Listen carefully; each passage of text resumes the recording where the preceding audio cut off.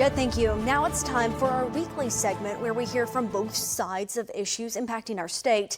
Here's Your Vote Counts with News 9's political analyst, Scott Mitchell. Well, something happened last week that's has some notoriety, but it lost him all the hoopla and all of the responses to how this thing went. Is the fact there were a lot of issues out there, Senator Kirt, that people wanted to know about, including housing, things of that nature that probably didn't get explored enough. But that debate is going to have an impact on that election in a couple of months. Your thoughts about what transpired in front of our eyes? Yeah, good question. I mean, I've talked to so many people since the debate, and I think the biggest frustration is just, there's a lot of politics is broken and people feel like it's a game and they want to hear real problem solving. So that's a lot of what was missing. And I think we need to see those proposals. People keep asking for proposals. And I've heard, the vice president has presented some plans around home ownership, which I'm glad to hear. Affordable housing is one of the biggest crises across our country. We have to figure out how to do better in this area. And that comes from different angles. I think homeownership is an important part of that, building that generational wealth. And I appreciate that she started there. But I'd love to see more about how we're going to handle the market because it's so out of balance right now. That it is. And Senator, there's a lot of discussions inside the Republican Party about the performance of the former president the other night. But how do you see this affecting the rest of the nation, the election, and Oklahoma? Yeah, so I think in Oklahoma it doesn't sway a whole lot. I think former President Trump is going to win Oklahoma. I think he won again. We talked about this. I think he's won 77 counties both times he's ran, all 77. So maybe Oklahoma County and Tulsa County may tighten up a little bit, but I don't think it affects it a whole lot. I was not impressed with the debate at all on either side.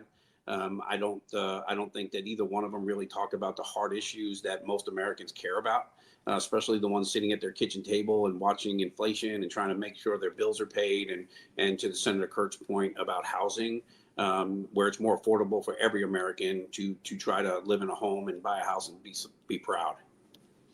One of the things that is I almost laugh at every time people go, well, we're talking about undecided voters. And I think to myself often, like, how could you be undecided at this particular time? These candidates couldn't be farther apart, at least in personality and on some of the issues. Senator, undecided voters, do they exist? So I think for the most part, people probably have decided. They just don't want to tell people they've decided. And the ones that are truly undecided, I don't know what more they could be looking for because the contrast of the two candidates is so far, you either are going to vote for President Trump or you're going to vote for Vice President Harris. And if not, if you're still undecided, I don't know what it's going to take to get you to the other side.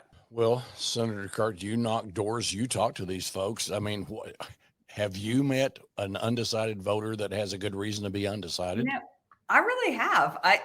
There's two things. One is I think it's very hard to get the information that people want. They may not know the questions they want to ask.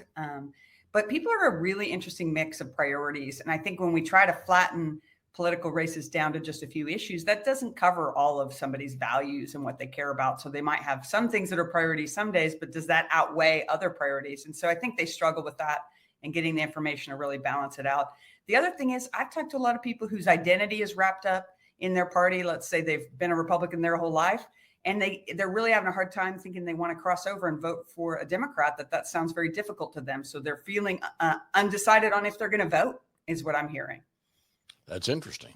Okay, we come back. There's going to be a vote on something that's a big issue, but it's not going to happen until 26. We'll tell you about it in just a moment.